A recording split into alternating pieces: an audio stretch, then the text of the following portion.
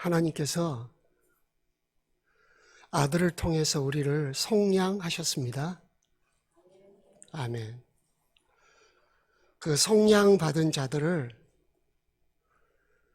아들의 나라로 옮겨주셨습니다.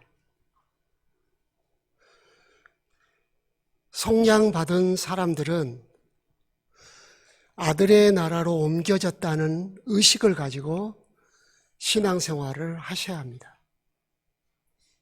나는 신앙생활을 잘하고 있을까? 내 신앙생활에 대해서 예수님께서 기뻐하실까? 내가 주님 앞에 설 때 내 신앙생활에 대한 어떤 평가를 받게 될 것인가? 이 모든 것들을 알 수 있는 것은 기록된 계시, 성경을 근거로 판단해야 되겠죠. 그러므로 우리는 속량받은 사람들은 예수 그리스도의 나라로 옮겨진 자로 살아야 합니다.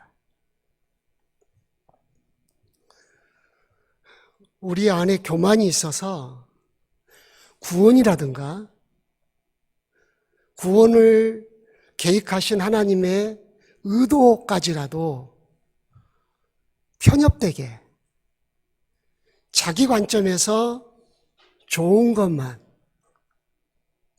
취할 가능성이 있습니다.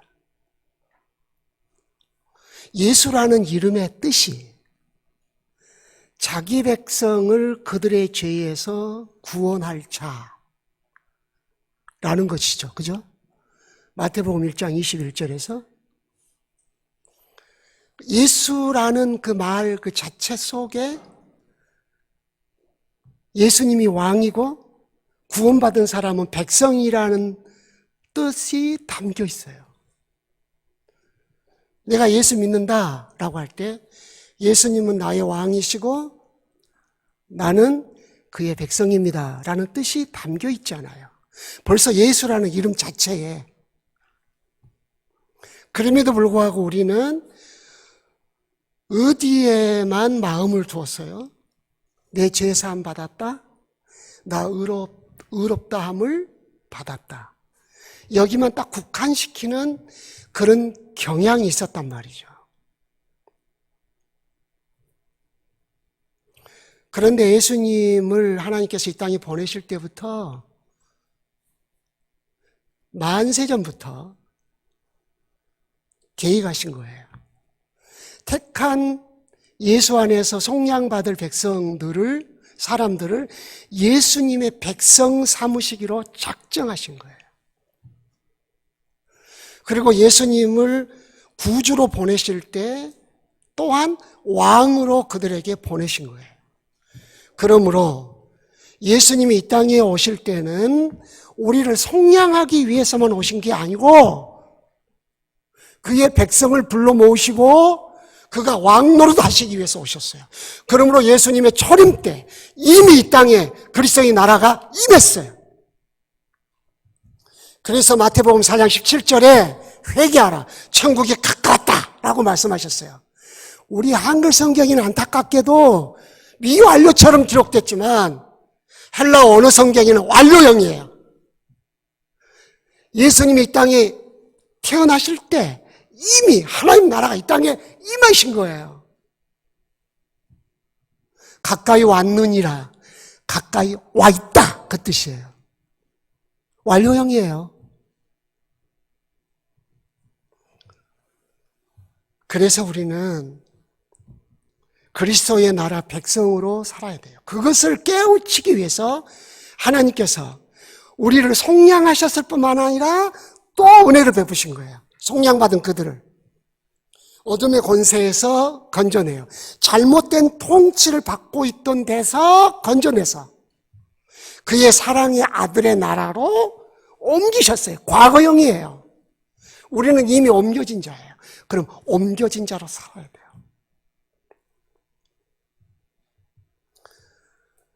성경에는 옮겨진 이야기로 가득해요. 예수 안에서 우리를 옮기실 계획을 가지시고 아담과 하와를 에덴 동산으로 옮기셨어요. 옮기셨다는 단어를 안 쓰셔도 아무 상관없어요. 그러나 하나님께서는 작정하시고 옮기셨다는 말씀을 강조하셨어요. 에녹을 하나님이 데려가심으로 이 세상에서 에녹을 다시는 볼 수가 없었다. 그렇죠? 히브리서 11장 5절에서 뭐라고 그래요? 하나님께서 에녹을 옮기셨으므로 하늘로 옮기셨어요. 성경은 옮겨진 것에 대한 은혜를 우리에게 알려주어서 우리로 내가 이미 그리스도의 나라로 옮겨졌다는 사실을 알고 옮겨진 자로 살아야 된다는 신앙적 결단을 하도록 요구하고 계셔요. 이제 우리는 오늘 두 번째 아브라함을 통해서 옮기신 은혜, 옮겨진 자의 삶, 그것이 무엇인지 조금 더 아담과 하와 그것을 통해서 주셨던 메시지에 더 자세한 부분들을 우리에게 주고 계시는데 우리가 오늘 그것을 살펴보고자 해요. 우리는 아브라함의 후손이죠. 갈라디아서 3장 7절에서 6절 7절 믿음으로 의롭다함을 받은 우리는 아브라함의 후손이라고 했어요. 아브라함도 믿음으로 의롭다함을 받았어요. 그러므로 우리도 믿음으로 의롭다함을 받았으므로 아브라함의 후손이 된 거예요. 9절에서 뭐라 그랬어요? 우리가 아브라함의 후손으로서 아브라함과 함께 복을 받는다 그랬어요. 아브라함이 받은 복 가운데 창세기에서 두드러지게 강조하고 있는 게 뭐예요?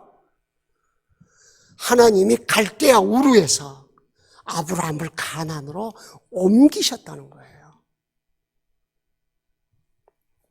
우리는 아브라함 후손이죠.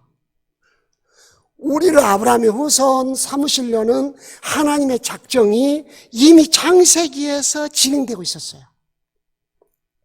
그게 뭐냐? 할례 언약이에요. 할례 언약에 있어서 아주 중요한 메시지가 있어요. 내가 너의 후손의 하나님이 되고 너의 후손이 나의 백성이 되게 하려 함이라. 이것이 할례 언약의 목표예요. 할례를 받지 않는 자는 내 백성 중에서 끊어지리니. 아주 중요한 메시지예요. 이것은 하나님의 백성이라는 의식을 갖는 것이 얼마나 중요한지를 설명해 주고 있는 거예요. 그리고 이것이 우리와 무슨 관련이 있습니까? 골로새서에서 뭐라 그래요? 우리가 손으로 행하지 않는 할례를 받았다 그랬어요. 손으로 행하지 않는 할례가 뭐예요? 세례예요. 세례가 구약의 할례예요. 여러분의 교재 40쪽 펴보세요. 이 설명하고 아브라함 옮긴 스토리를 나누겠습니다. 3번 할례 언약과 예수를 믿는 사람들 제목이 그렇죠? 창세기 17장 7절, 10절, 14절 지면이 작아서 제가 요약을 해놓은 거예요. 하나님이 언약을 맺었는데 아브라함뿐만 아니라 대대후손이에요. 사이에 영원한 언약을 세우셨어요. 그 언약이 뭐예요? 너와 내 후손의 하나님이 되겠다는 언약이에요. 이게 할례 언약의 핵심이에요. 그러므로 너 후손은 다 할례를 받아야 된다. 14절, 할례를 받지 아니하면 내 백성 중에서 끊어진다. 왜냐? 그가 내 언약을 무시했기 때문이다.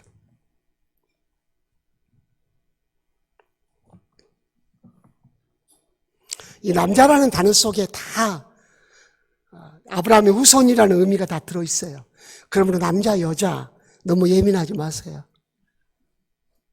괜히 또 잠 못 주무시는데. 17번 보세요. 41쪽 22번 보세요. 골로새서 2장 11절 12절 11절 또 그 안에서 너희가 읽어주셔서 감사합니다. 무엇으로 하지 아니한 할례? 손으로 하지 아니한 할례를 받았으니 누가? 세례 받은 사람들.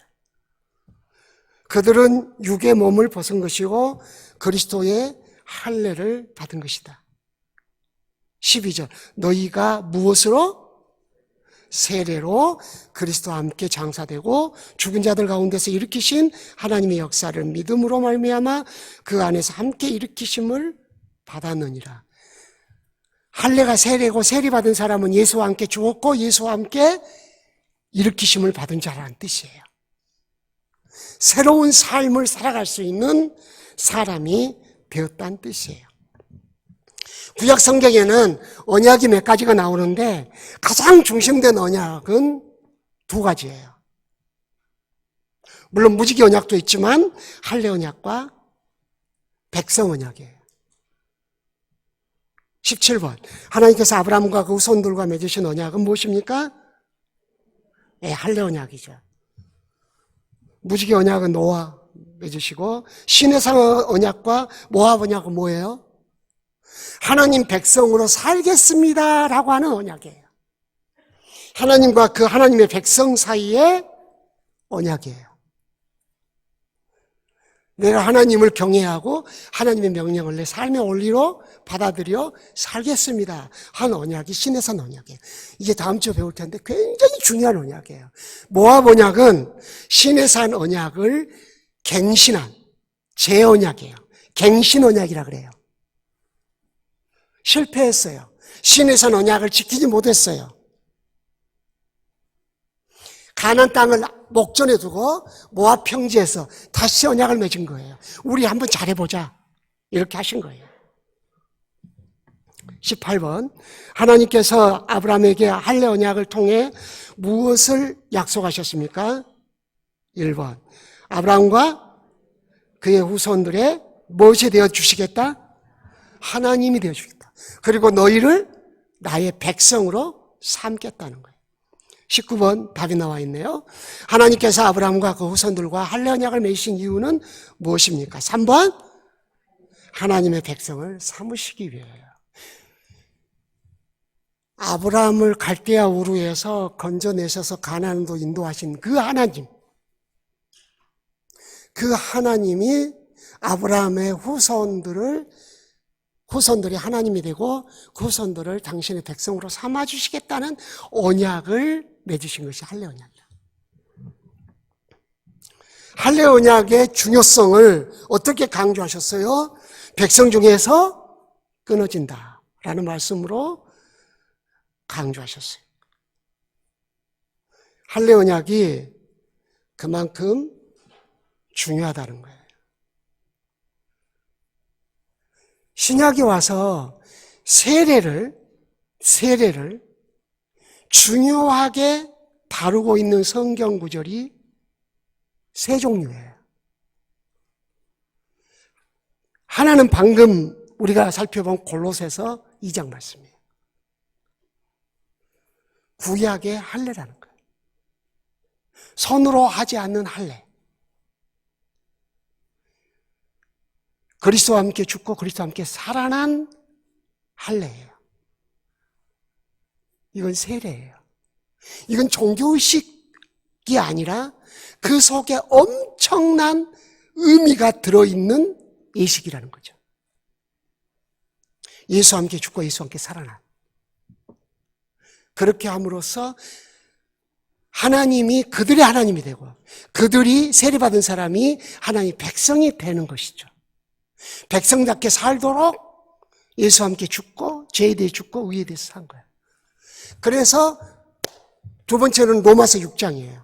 로마서 6장에서 그리스도와 연합되어 죄에 대해서 죽고 의에 대해서 하나님에 대해서 다시 살아서 다시는 내 자신을 죄의 병기로 드리지 않고 하나님께 드려 의의 병기로 살아가는 것. 이것이 로마서 6장에서 말하는 세례예요. 이게 다 어떤 의미를 갖고 있어요? 바로 방금 읽으신 골로새 1장 13절 말씀을 갖고 있어요. 죄에 대해서 죽었어요. 어둠의 권세 아래서 다시 살지 말아라. 실패할 때도 있겠지. 비틀거릴 때도 있겠지. 그러나 기억해라. 다시 일어나 성령을 의지하고 아들의 나라로 옮겨진 백성으로 살아라. 이 메시지를 계속 담고 있는 거예요. 세례란 말 속에 지금 골로새서도 그렇고 로마서에서도 그렇고 또 베드로전서에서도 도 3장 21절에 세례는 내가 죄를 벗어버린 게 아니에요. 우리가 예수 믿을 때 우리가 죄에서 자유를 얻었어요. 세례를 받았어요. 세례를 받았다고 해서 우리가 죄와 전혀 상관없는 사람으로 살아갈 수 있다는 건 아니에요. 놀라운 변화가 시작됐어요. 양심이 하나님을 찾아가요. 옛날에는 양심이 자기 중심이었어요. 사람들 중심이었어요. 그러나 이제 내 양심이 하나님을 찾아가는 거예요. 하나님을 향한 강구. 새로운 양심이 된 거예요. 이거 뭐죠? 하나님 앞에서 살아가는 사람이 되게 하는 세례예요. 그러므로 세례는 엄청난 영적인 변화를 예고하는 예식이에요. 이게 바로 하나님이 아브라함에게 행하셨던 할례가 신약 성경에 와서 예수 안에서 어떻게 성취됐는가를 설명해 주시고 있는 메시지들이에요. 42쪽 보실래요? 24번 보세요. 세례를 받는다는 것은 그리스도 안에서 구원받고 성령을 받아 누구의 백성? 하나님 나라의 백성이 된 것을 선포하는 거예요. 그러므로 세례받은 그리스도인들은 이제 하나님 나라 백성으로 살아야 됩니다. 곧 실제적으로는 그리스도의 나라 백성으로 살아야 됩니다. 여러분들의 이해를 명확하게 하기 위해서 우리가 이 땅에 사는 날 동안은 그리스도의 나라입니다. 포괄적으로는 하나님 나라예요. 예수님이 이 땅에 재림하셔서 모든 어둠의 권세들, 사탄을 다 굴복시키고 심판하신 이후에 나라를 아버지께 바쳐요. 그때 하나님 나라가 완성돼요. 그러므로 현재 우리가 살아가고 있는 나라는 그리스도의 나라입니다. 그냥 대충 하나님 나라 이런 식으로 말씀하지 마시고 명확하게 그리스도의 나라예요. 고린도전서 15장에 보시면은 예수께서 재림하셔서 모든 복종치 않는 권세들을 다 심판하시고 나라를 하나님 아버지께 바쳐요. 그때 드디어 하나님 나라가 완성돼요. 어떻든 하나님 나라는 예수 그리스도 안에서 이 땅에 임했고 예수 그리스도를 통해서 완성돼요. 그래서 예수님과 하나님 나라는 밀접한 관련이 있는 거예요. 내가 예수 믿는다 그러면 하나님 나라 백성이 된 거예요. 25번 보세요.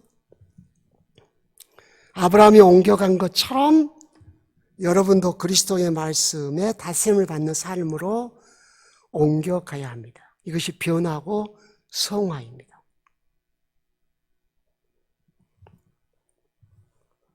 자, 그러면 아브라함을 옮기신 스토리가 우리와 어떤 관련이 있는지, 아브라함을 옮기신 하나님의 은혜를 통해서 우리가 무엇을 배울 수 있는지 살펴보도록 합시다.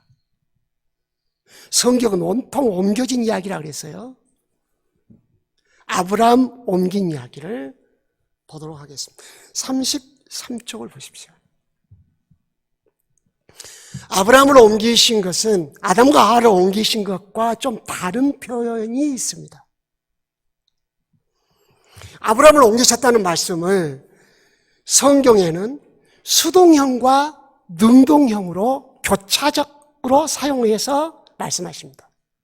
수동형은 하나님이 옮기셨다는 전적인 하나님의 은혜를 강조하신 것이고, 능동형은 옮기신 사람 아브라함이 하나님의 옮겨주신 계획에 순종해서 옮겨갔다는 것을 말하는 거예요. 이것은 오늘날 우리에게 굉장한 메시지를 전해주고 있습니다. 우리가 예수 믿을 때 우리는 옮겨졌어요. 우리는 그걸 몰라요. 하나님이 하신 거예요. 우리는 옮겨졌어요. 옮겨놓고 하나님은 우리에게 뭐라 그래요? 옮겨가라고 말씀하시는 거예요. 자, 사도행전 7장 3절 4절.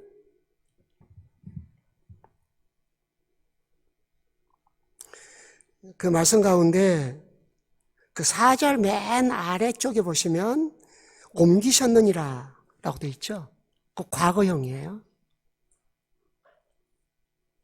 물론 스데반이 설명하는 내용이기 때문에 과거형으로 말할 수도 있지만 그 사건 자체를 볼 때 하나님께서는 우리를 옮겨 놓으시고 옮겨가라고 아브라함에게 명령하시는 거예요. 보세요. 3절. 하나님이 말씀하셨어요. 너 고향 친척을 떠나. 여호수아서 24장 3절 이따가 그거 보겠습니다. 여호수아서에서는 이끌어내셨다 그랬어요. 하나님의 은혜를 강조하는 부분이 있고 아브라함을 설명할 때 성경에서 아브라함의 옮겨진 스토리를 하나님의 은혜라는 것을 설명할 때 하나님의 은혜를 강조하기 위해서 수동형으로 또 이끌어내요. 아브라함이 갈대우르를 떠났는데 자기 아버지를 따라 데라를 따라 떠났는데 하나님께서 이끌어내셨다 이렇게 표현하신 거예요. 떠나라 명령하셨어요. 가라. 떠나 가라. 3절에 4절에서도 한번 이 언더라인 해보세요. 떠나 그랬어요. 떠나라는 말을 2번 하셨어요. 가라는 말씀을 하셨어요. 이 모든 말씀을 옮기셨느니라 라는 말씀으로 재정리를 하신 거예요.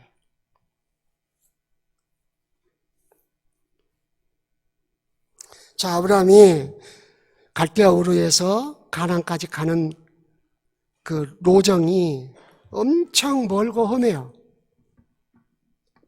지도를 넣어놨죠, 지도. 여러분이 보고 계시는 교재는 원래 제가 출판사를 통해서 출판한 책에 설명도 있는데 그 책은 어른들 중심으로, 성인들 중심으로 기록을 했어요. 근데 목사님들께서 어른도 배울 수 있고 아이들도 배울 수 있고 청년도 배울 수 있는 교재를 만들어내면 어떡하나. 나를 차라리 죽이시오. 어떻게 어른, 청년이 다 배울 수 있는 교재를 만들 수 있단 말이요. 그래서 한마디로 짬뽕 교재라고 합니다. 매운 짬뽕. 그래서 이 교재가 탄생된 거예요. 사역은 많지. 여기저기 거의 매주 나가서 강의를 해야 되지. 특별히 목회자 세미나 밀려있지. 그런 중에 교재가 태어났어요. 그래서 아마 지금 CCM 좋아하신 분들 찬송 부르시다가 이 교재에 나와 있는 그거 부르시면 뭐 이러냐 노래가? 아무튼 최대한 어중간하게 만든 것이 교재의 특징이에요. 그러나 메시지를 딱 담아요. 그래서 꼭 불러야 돼요, 여러분. 그걸 지금 67번 이따가 한번 꼭 불러봐요. 교재에 있으니까 67쪽에 나와 있어요.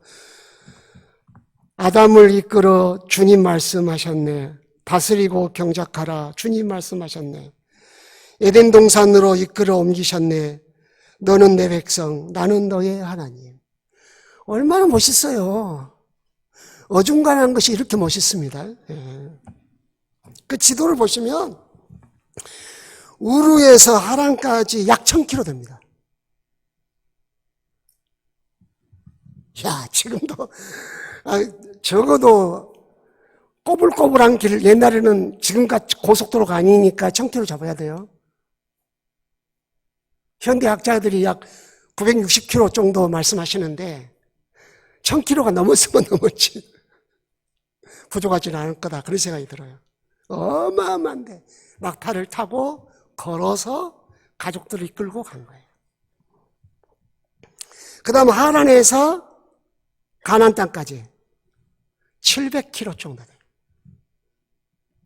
지혜로우신 분들은 거기다 빨리빨리 적을 것이고, 뭐가 뭔 말이 뭘고 딴 사람들 그 먼 길을 여행을 했어요. 산천 구경하기 위해서 여행했어요. 거기가 문화가 발달해서 자식이 태어나면 교육시키기 좋아서 교육의 도시를 찾아간 거예요. 아니, 거기 가면 돈 많이 번다 그래서 간 거예요? 아니에요. 하나님이 가라 그래서 간 거예요. 그래서 성경이 뭐라고 기록됐어요? 갈 바를 알지 못하고 갔다 그랬어요. 그 말 속에는 목적지에 대한 의미도 들어있지만 더 중요한 게 들어있어요. 왜 가야 되지? 뭐하러? 이런 질문할 수밖에 없는 여행을 했다는 뜻이에요. 하나님 가라 그랬어요. 34쪽 창세기 12장 1절 2절 여호와 하나님이 아브라함에게 너는 너의 고향 친척집을 아버지의 집을 떠나 2절 가라. 여기도 아주 중요한 동사가 두 개 나와 있어요. 떠나 가라요. 왜 하나님은 이 명령을 반복해서 하셨을까요? 하나님께서 아브라함이 하신 명령 떠나 가라요. 왜 떠나 가라 하셨을까요? 하란에서 갈대아 우르에서 아브라함 아버지 데라랑 같이 우상 장사를, 우상을 섬기는 일을 했죠. 우상의 지배를 받는 그곳에서 하나님이 너를 통해서 이루고자 하는 하나님의 나라를 지향하는 삶으로 나가라는 거거든요. 그것을 창세기 18장 18절에서 19절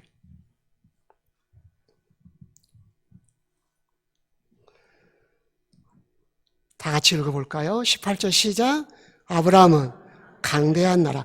이 강대한이 무슨 뜻이죠? 강하고 큰 나라예요. 이 강대한이라는 히브리적 의미는 결코 무너지거나 파괴될 수 없는 나라를 의미해요. 다니엘서에서 말한 나라예요. 그 나라는 한 나라밖에 없어요. 모든 나라는 흥하다 쇠하고 또 다른 나라가 일어나요. 그러나 이 나라는 불변한 나라를 강대한 나라로 표현한 거예요. 강대한 나라가 되고 시작 천하만민은 그로 말미암아 복을 받게 될 것이 아니냐.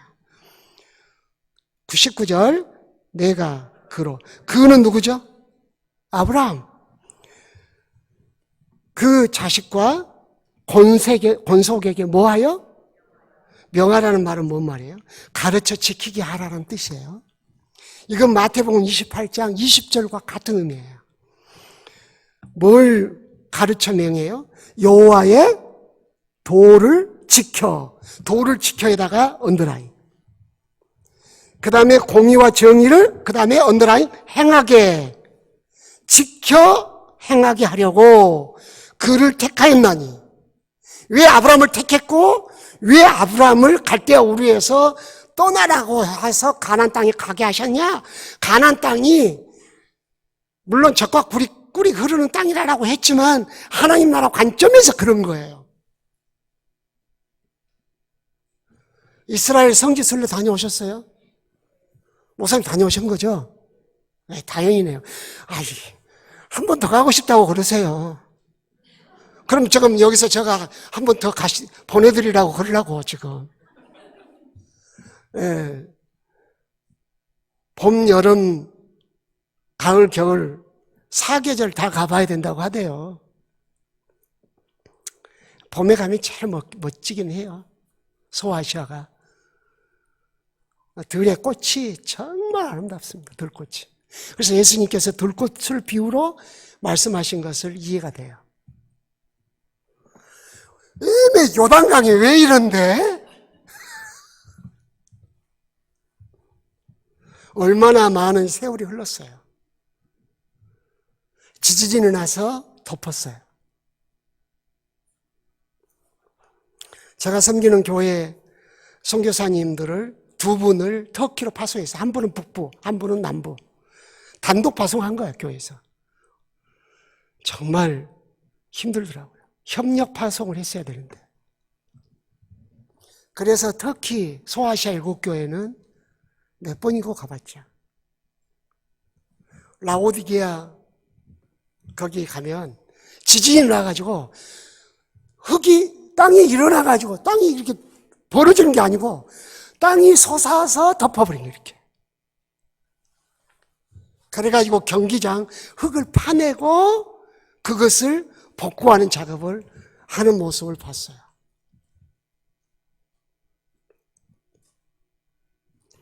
뭐 가나안 땅 뭐 볼 거 있다고.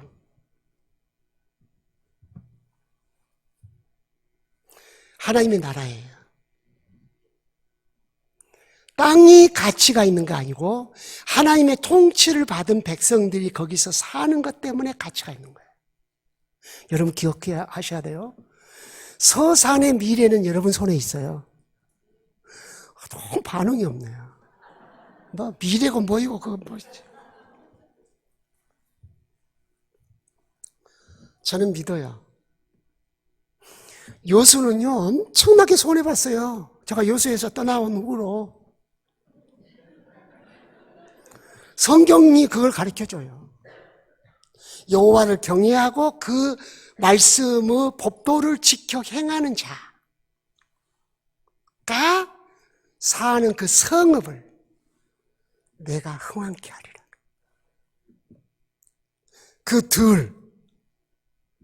그 성에 사는 사람들, 그가 기르는 가축과 그의 떡반죽 그릇까지 내가 복을 주리라. 그리스찬의 역할은요 엄청난 거예요. 근데 그리스찬들이 요즘은 바뀌었어요. 세상을 보고 미래를 봐요. 심각해졌어요. 그리스도인에게 서산이 달려있는 거예요. 저희 아내가 오면서 여보 당신 절대 그 말하면 안 돼. 두세 번을 다짐하고 온 말이 있어요. 알고 싶죠? 말하면 안 됩니다.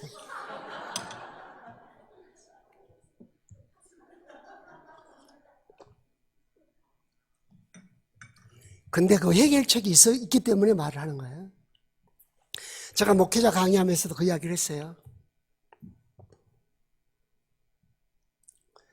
신명기 28장에 보시면은 너희가 나 여호와를 경외하지 않고 내 말을 준행하지 않으면 내가 너희를 저주하여 망하게 한다.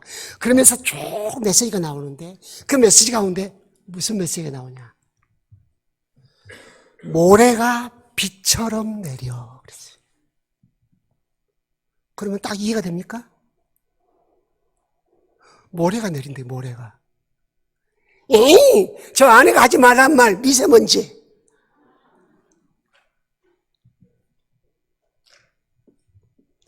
그리스도인들이 하나님을 경외하고 여호와의 말씀을 준행하는 것이 얼마나 중요한지. 우리는 환경을 탓하거나 사람들을 탓해요. 근데 하나님은 우리를 보세요. 도를 지켜 행하게 하려고 그를 택했다. 이건 뭐예요? 인간의 행위를 말하는 거예요? 아니에요. 이건 할례 언약 맺으시고 창세기 17장에 할례 언약이 나오잖아요. 그 18장에 말씀하시잖아요. 18장은 무슨 사이에 끼어 있어요? 물론 19장과 17장 사이에 끼어 있죠.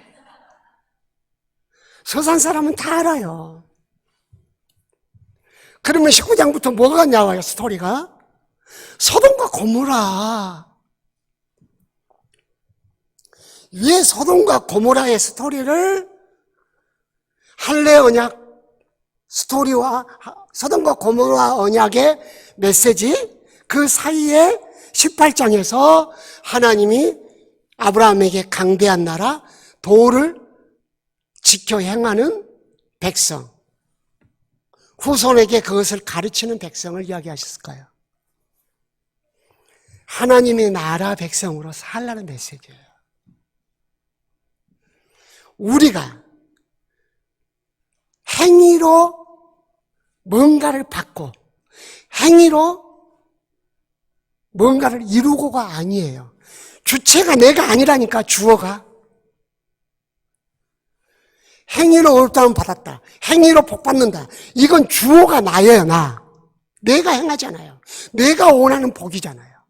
주어가 나라고.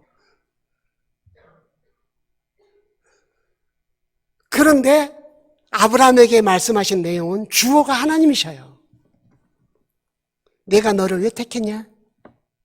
내가 너에게 왜 도를 주고 공의와 법도를 지켜 행하도록 명령했냐? 하나님이 주어예요. 내 나라 백성으로 살게 하려고. 아주 의도적이에요. 소돔과 고모라 좀 봐라. 어떻게 망하는지. 너가 내 나라 백성으로 안 살면 어떻게 되는지 소돔과 고모라를 통해서 배워야 된다? 이 메시지가 담겨 있는 거예요. 우리는 소돔과 고모라 그 나쁜 것들 그냥 그 생각만 해야 하는 거예요. 앞에 왜 하나님이 이 말씀을 하시고 소돔과 고모라 사건을 뒤에 배치하셨는가를 생각을 잘 안 하려고 그래요. 하나님의 의도 그걸 생각하셔야 돼요.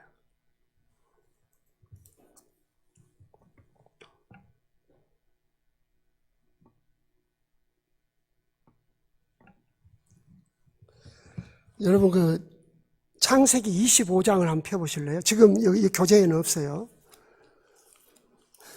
얘기 없냐? 어중간하게 만들었거든요. 얘들도 쓸 수 있고 어른도 쓸 수 있고 25장 1절 봐요. 아니, 5절 봐요. 왜 하나님이 아브라함이 죽은 후에 이삭에게 복을 주었는지. 시작. 이는 아브라함이 내 말을 순종하고. 26장. 내가 또 25장에 지금 잠올 시간이에요. 26장 5절을 내가 25장. 아이고, 참. 26장 5절. 시작. 이는 아브라함 내 말을 순종하고 내 명령과 내 계명과 내 율례와 내 법도를 지켰음이라 하시니. 누구 때문에 이삭이 복받은 거예요? 아브라함. 여러분 25장 11절 보세요. 아브라함이 죽은 후에 하나님이 그의 아들 이삭에게 뭘 주셨고 무엇에 근거에 복을 주었는지 26장 5절에서 설명하셨어요.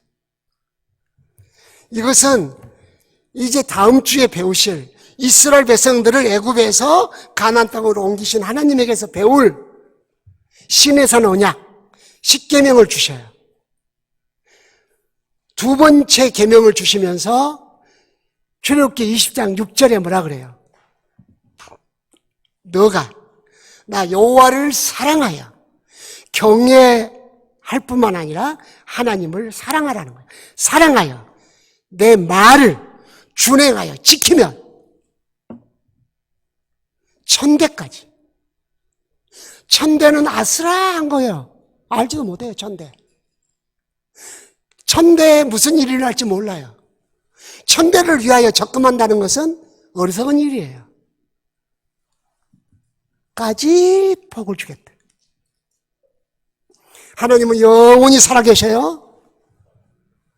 우리는 얼마 못 살아요. 우리가 천대 후손에게 복을 줄 수 있는 방법은 하나뿐이에요. 여호와를 사랑하고 그 명령을 준행하는 거예요. 그러면 하나님이 천대 이르러서까지 복을 주셔.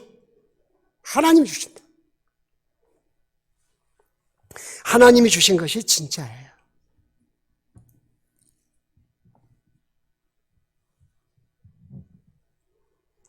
옮기시고 아브라함에게 뭘 주셨어요? 삶의 원리를 주셨어요. 에덴 동산에서는 책임, 자유, 금기사항이라는 보다 더 핵심적인 삶의 원리를 주셨어요. 그런데 그것을 계시된, 기록된 계시인 성경을 통해서 주셨음을 알 수 있어요. 그래서 공의와 정의 행하게 하려고. 이사야 5장 7절 같은데 하나님이 이스라엘 백성들을 그렇게 사랑하시고 포도원처럼 농부가 포도원을 사랑한 것처럼 사랑하시고 기뻐하셨는데 왜 그들을 엎어버리셨는가? 그들이 공의를 포악으로 바꾸고 의로움을 행하지 않아 오히려 사람들이 억울해서 부르짖게 되는, 그래서 망했어요. 이건 사회윤리가 아니라 하나님 나라의 실현이에요. 원래 그리스도인들이 사회윤리 실현을 자꾸 주창하려고 그래요. 조심하셔야 돼요. 하나님 나라의 법은 사회윤리의 차원과 비교할 수 없는 하나님의 도예요.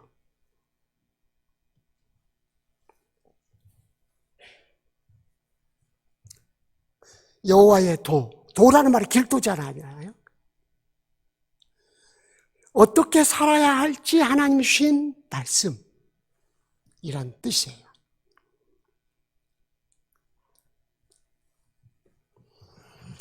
자, 여호수아서 24장 2절. 이 말씀의 중요한 것은 아브라함의 아버지 나홀의 아버지 데라가 강 저쪽에 거주, 강 저쪽은 어디예요? 갈대아 우르예요. 다른 신을 섬겼으나 이제는 하나님을 섬기고 하나님의 말씀에 통치를 받는 사람이 되게 하시려는 하나님의 계획이에요. 물어볼게요. 다음 주에 또 물어볼 거예요.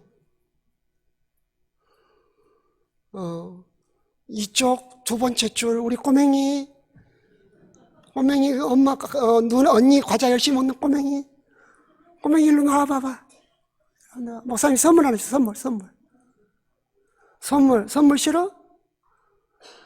무서운 것만 생각하지 말고 선물을 생각해야지. 선물 이리 와봐. 알았어. 여기 A 마크 써진 우리 그래 아니 그 있잖아. 선물 줄게. 오케이. 나와보세요. A가 아니고 N이구만. 하나님이 지명하여 불렀다니까.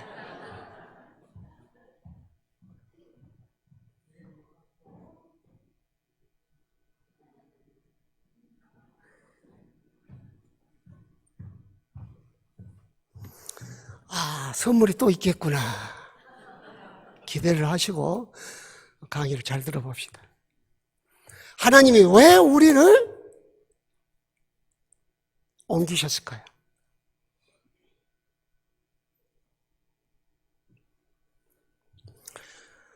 우리는 예수께서 십자가에 죽고 다시 부활한 사건을 우리의 죄를 대속하시고 우리를 의롭다 하시기 위해서라고만 생각하는 성향이 있다고 했어요.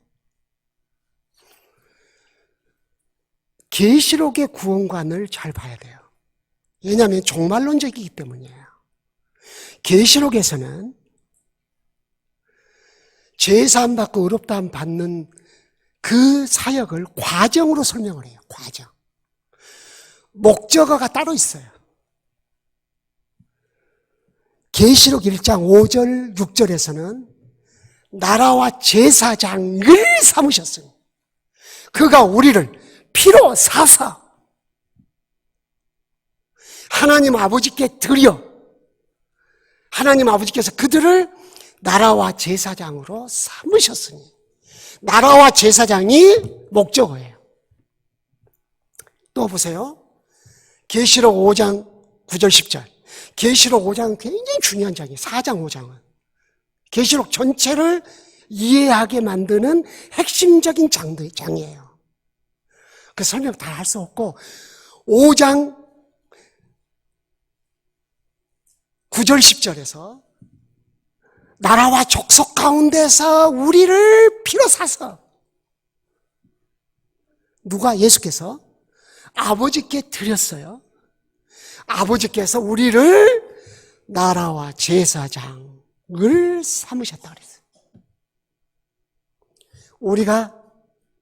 우리를 위해서 십자가에 죽고 다시 살으신 예수님의 목표는 나라와 제사장이에요. 우리는 하나님께 드려 나라와 제사장을 삼으시는 거예요.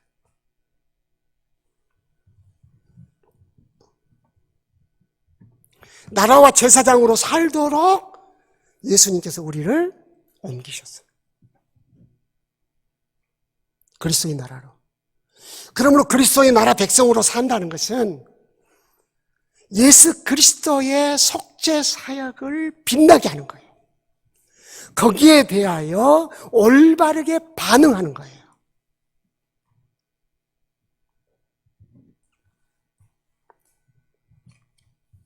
그래서 아브라함을 갈대아 우르에서 건져냈어요. 아브라함을 만세전부터 택하셨어요. 갈대아 우르에서 살아도 그는 택한 백성이에요. 근데 왜 하나님이 거기서 건져내어 가나안 땅으로 가라 명령하셨을까요? 아브라함은 하나님의 나라와 제사장이기 때문이에요. 하나님 나라를 이루고 제사장으로 살아야 했어요.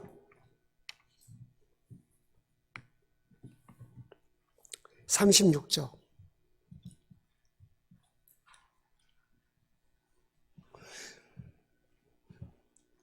서두에 말씀드렸듯이 아브라함이 갈대아 우르에 떠나 가나안 땅으로 가는 노정길을 하나님이 전적인 은혜로 아브라함을 옮기셨다라는 표현도 쓰셨고, 또 하나의 표현은 아브라함에게 옮겨가라. 그래서 아브라함이 떠나서 갔다. 이런 표현을 두 가지로 썼다라고 했어요. 이것은 오늘날 옮겨진 우리들에게 주신 메시지가 있어요. 그건 뭐죠? 우리들이 옮겨가야 한다는 거예요. 예를 들자면 성경에 그런 예가 굉장히 많지만 특별히 아주 두드러지게 표현된 에베소서를 보면 뭐라 그랬어요? 에베소서에 두 가지 메시지를 계속 하세요. 첫째는 떠나, 말고, 벗어버리고 이 단어를 반복해서 쓰세요. 그 다음에 행하라, 새 사람을 입고 이 단어를 써요. 에베소 성도들은 어둠의 권세에서 그리스도의 나라로 옮겨진 자예요. 그렇기 때문에 이제 옮겨가는 신앙생활을 해야 돼요. 아직도 내 삶에 옛사람, 사탄의 권세에 지배를 받으며 살았던 삶의 습관이 있다면 찾아내서 버려야 돼요. 이게 바로 무교절이에요. 유월절과 무교절은 겹치거든요. 이스라엘 백성들이 자유를 얻고 새로운 땅, 하나님 나라를 향하여 행군을 시작할 때 무교절, 누룩 있는 떡은 다 버리는 거예요. 누룩을 찾아 버리는 거예요. 내 삶의 잘못된, 애굽에서의 잘못된 삶의 습관들, 가치관들, 개념들, 이런 것들을 찾아내서 다 버리는 거예요. 이제 하나님의 사람으로 살기 위한 새로운 출발을 하는 거예요. 이게 무교절이에요. 우리에게도 무교절이 필요하죠. 고난주간, 부활주간을 통해서 내 자신을 살펴야 되겠죠. 나는 옮겨가고 있는가? 얼마만큼 옮겨갔을까? 아브라함, 하란에서 너무 오랫동안 머물렀어. 하란은 이스라엘의 변방이에요. 북쪽이에요. 지도를 보면 그냥 700km 되지만은 위쪽으로 변방이에요. 우리는 하나님 나라 변방에서 살고 있지 않을까 생각해 봐야 돼요. 이것을 세상과 하나님 나라 사이에서 머뭇거리며 사는 거예요. 하나님 나라로 온전히 들어오지 못하고.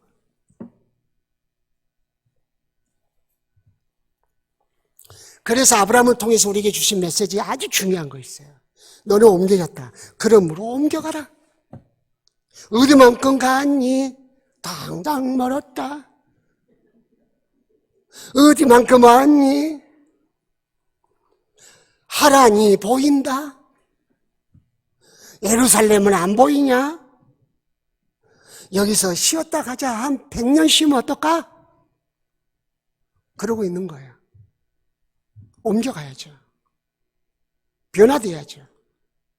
언어 습관, 삶의 패턴들, 삶의 철학들 바뀌어가야 돼요. 목사님, 이 동네에는 공단 없어요? 공단. 없으면 지어드릴까 해서.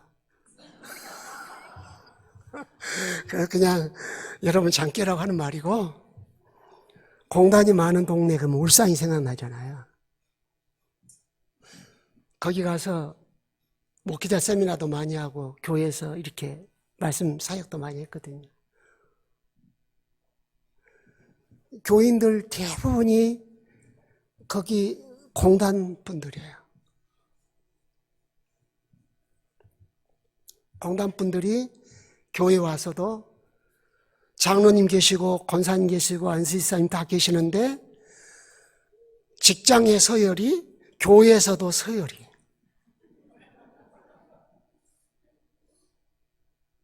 굉장히 힘들어요.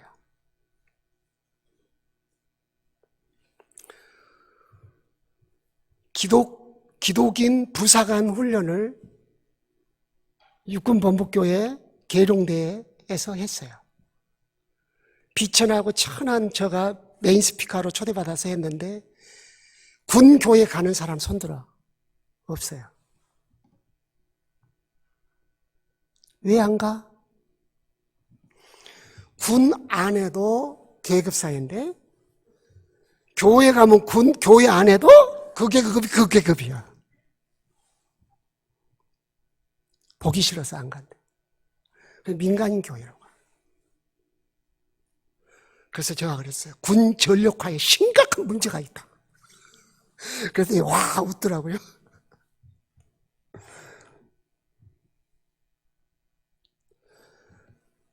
교회 문화는 전혀 달라요.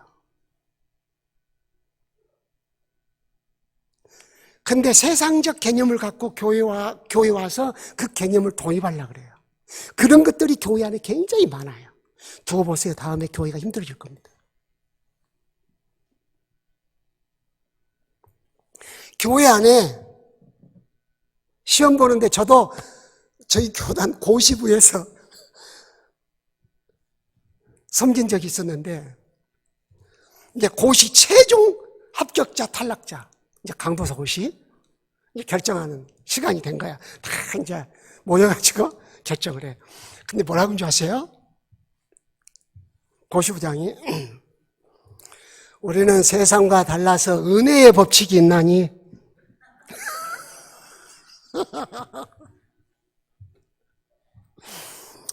나이가 들어서 어찌 다 암기할 수 있으며 자 시골에서부터 서울까지 공부하러 다니면서 얼마나 고생이 많아 공부가 제대로 되겠으며 그러니 점수가 나왔으나 은혜의 점수를 더하여 고시부장 왈이에요. 고시부장이 그렇게 말씀하셔요. 양해를 구하는 거예요. 참 할 말이 없어요. 교회 안에가 참 묘한 법이 있어요. 은혜의 법이라는 거예요. 세상 사람은 이해를 못해요. 철두철미하고 세상은요. 생각을 가만히 해보세요. 내가 하나님 백성 됐다는 것은 하나님의 은혜를 입었다는 거거든요. 은혜를 입었기 때문에 원칙은 따지지만 그 저변에 항상 은혜가 흐른다는 거예요. 저도 그런 적이 있어요. 노예 가서 발언을 합니다. 옳고 그름을 분명히 딱 이야기해요. 그러나 마지막에 가서 본인이 죄송하고 미안한 마음이 크다고 하니 교회의 탁월한 법 중에 하나 은혜의 법에 근거해서 동의합니다. 넘어갑니다. 처음부터 끝까지 다 따져요. 주님이 나한테 그렇게 한번 따져볼까요?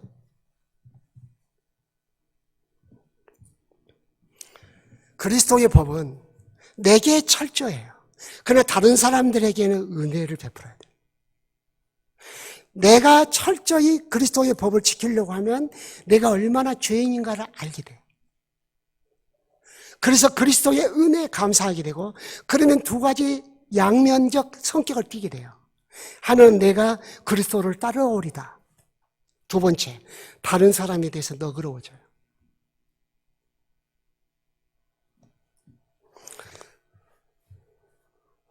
장 목사님 우리 교회 강사로 오시는데 예배 시간에 늦었다. 그럼 난 너그럽게 봐드릴 것 같아요. 제가 처음으로 여러분 만날 때 좀 늦어가지고 얼마나 똥줄이 탔던지. 하나님 이처럼 우리를 나라와 제사장 삼으셨어요. 그리스도께서. 그게 목적어예요. 우리는 죄사함 받고 어렵다함 받았다. 목적어가 아직 안 끝났는데 거기서 멈춰버려. 그래서 우리를 옮기셨어요. 옮기셨는데 아브라함에게서 배울 것, 옮겨놓고 옮겨가라고 말씀하시는 거예요. 그러면 옮겨가야 돼요. 옛날 살던 문화, 내 개념, 철학, 내 논리, 내 이치 다 내려놓는 거예요. 교회 와서 다시 주님을 배우는 거예요. 주님을 알아가는 거예요. 주님의 마음을 보는 거예요. 그러면서 자라가요. 그래서 법은 있으되 은혜가 있는 사람이 되가는 거예요.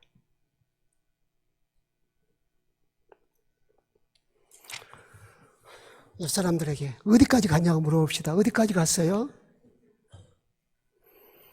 아직도 하란도 안 도착했어요. 하란도 안 보여. 하란이 어디 있는지 모르겠어요. 그래서 옮기셨다는 거예요. 택한 백성이 갈대아 우르에 살든 이집트에 살든 무슨 상관이야? 왜 꼭 옮겨야만 합니까?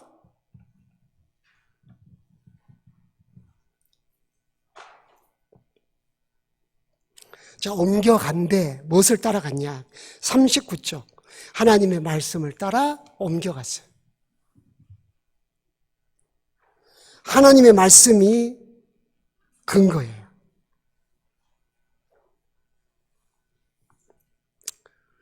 세상에 75세 때에 떠나갔어요. 인생 엄청 다 낭비하고 늙어서 간 거예요.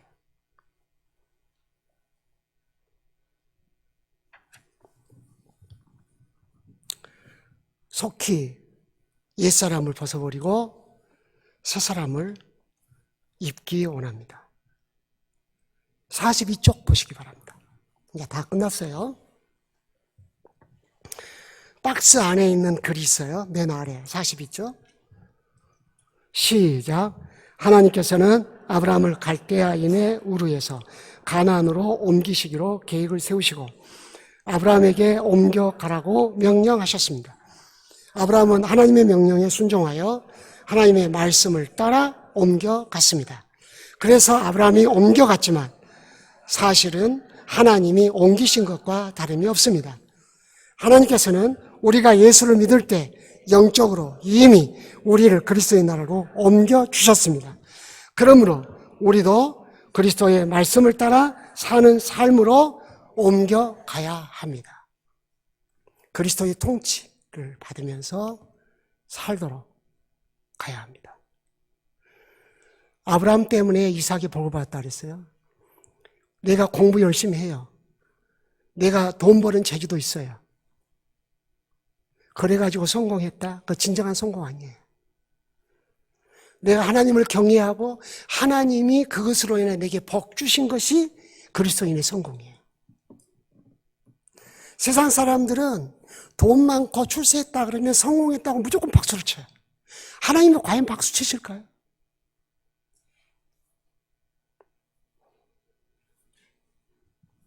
라는 생각을 해봐야 돼요.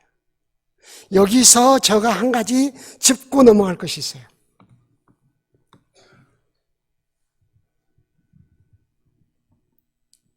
아브라함의 시험이에요. 에덴 동산에서도 시험이 있었어요. 타락 이전에도 시험이 있었다고요. 아브라함도 시험이 있었어요. 아브라함의 시험을 몇 가지로 이야기할 수 있지만 가장 큰 시험이 뭘까요? 아브라함이 가나안 땅에 들어가서 흉년이 들었어요. 기근이. 그래서 어디로 갔어요? 이집트로 갔어요. 내가 그리스도인으로서 그리스도의 나라 백성으로 살기로 작정했는데 삶이 어려워지는 거예요. 하나님은 이 세상 안 살아봐서 몰라. 잠시 빠이빠이. 한 달에 한 번씩만 교회 가고 어떻든 돈 벌어야 돼. 안녕. 아브라함이 하나님의 말씀을 따라 갈대아 우르를 떠나 가나안 땅에 들어갔지만 기근을 만났어요. 여러분들이 하나님 나라 백성으로 살아갈 때 시험이 올 수 있어요. 삶이 힘들어질 수도 있고 교회 가서 들어서는 안 될 말을 들을 수도 있어요. 그래도 있어야지. 그 자리에 머물러 있어야 돼요. 하나님이 죽이든지 살리든지 알아서 하실 거예요. 그 믿음의 배짱이 필요해요. 따라합시다. 하나님 나라의 백성들은 배짱이 있어야 한다. 신앙적 배짱이 있어야 돼요. 당신이 죽이면 죽겠습니다 라는 배짱이 있어야 돼요. 또 하나의 큰 시험이 있었어요. 하나님이 75세 때 아브라함에게 이삭을 약속하셨어요. 아니 10년 동안이나 얘가 안 생겨. 이제 끝난 거야. 혹시 하나님의 약속은 다른 방식으로 주시는 거 아니야? 자꾸 하갈이 내 눈에 밟히네. 하갈을 통해서 혹시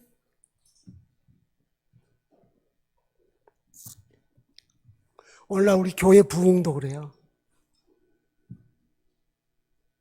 하나님 나라 백성으로 살아갈 때 하나님이 내 후손을 하늘의 무별처럼 준다 그랬어요. 아브라함이 그것을 믿으니 그를 의롭다고 해주세요. 15장 6절인가요? 창세기. 네. 그걸 믿으니 그를 의롭다고 해주셨어요.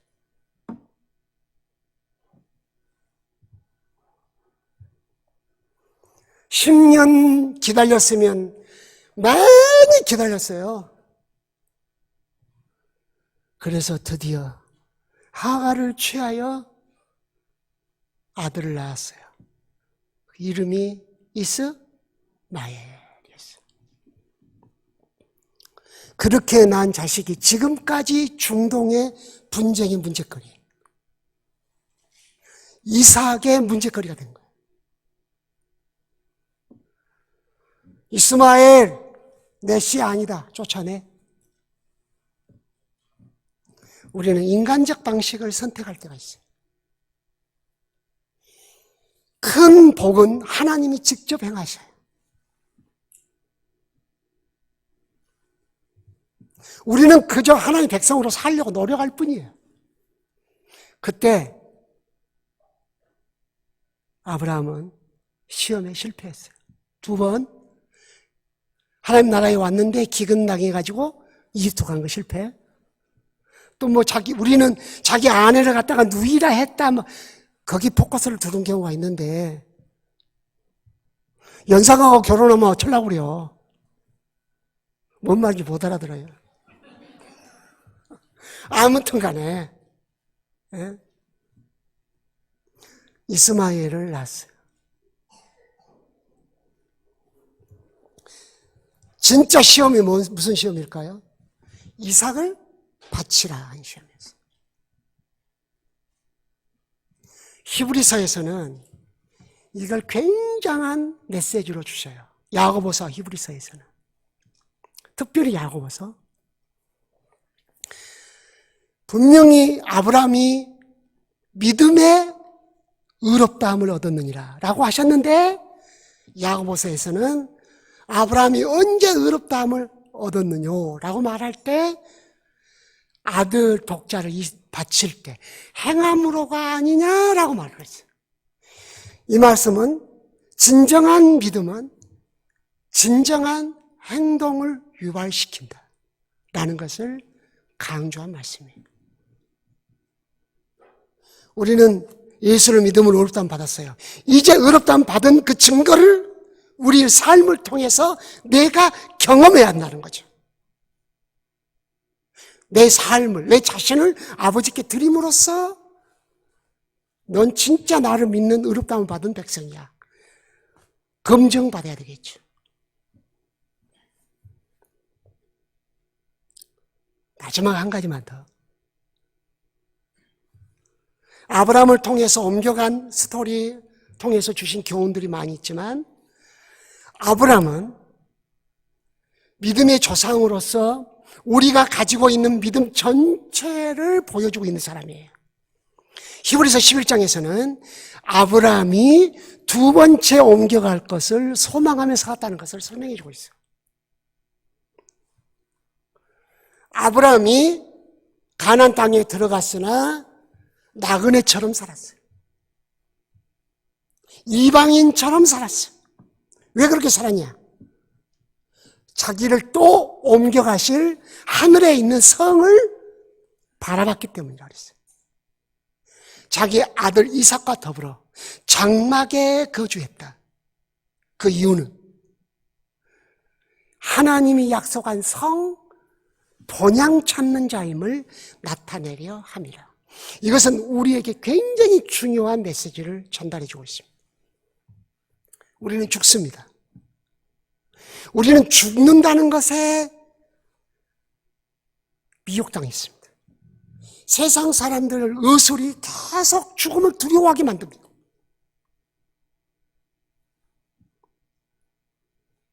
제가 퇴임해서 제일 먼저 읽었던 책이 천국에 대한 책이었습니다. 죽음 이후 5분 뭐 그런 거 아주 적은 소책자인데 이제 본격적으로 천국 갈 준비를 하는 거죠. 그전에도 했어야 되는데 장막집이 무너지면 고린도후서 5장 그랬죠. 장막집이 무너지면 하나님이 지으신 집이 우리를 위하여 예비되고 있다. 우리도 옮겨간다는 거예요. 에녹도 옮겨갔죠. 아브라함은 이 땅에 살면서 옮겨갈 것을 소망하며 살았다. 그래서 이 땅에 살면서 나그네와 행인이라 증감해 살았다. 옮겨진 사람, 은혜를 입은 사람이 옮겨진 삶을 살 때 어떤 생각을 갖고 살아야 되는지를 교훈해줘요. 또 옮겨갈 것을 생각하고 살아야 한다는 거예요. 천국. 아브라함을 통해서 옮겨진 자들에게 주신 메시지가 굉장히 많습니다. 옮겨진 은혜를 입은 우리, 옮겨갈 것을 소망하며 살기를 소망합니다. 45초.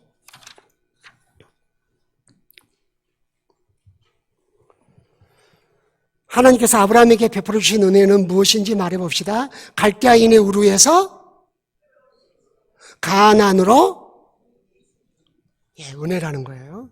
아브라함이 받은 은혜예요. 그 은혜를 우리가 받았어요.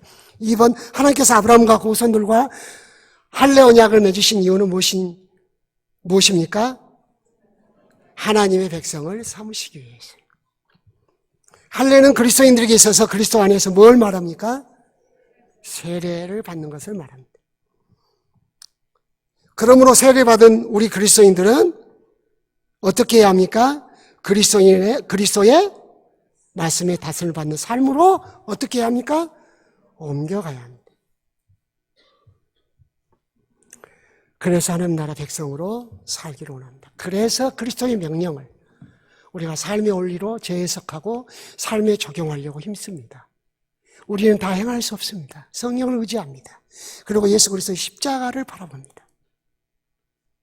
주님이 우리에게 바라시기 때문에 우리는 그렇게 노력할 뿐입니다. 우리의 행함에 대하여 하나님이 판단하실 것입니다. 기도하겠습니다.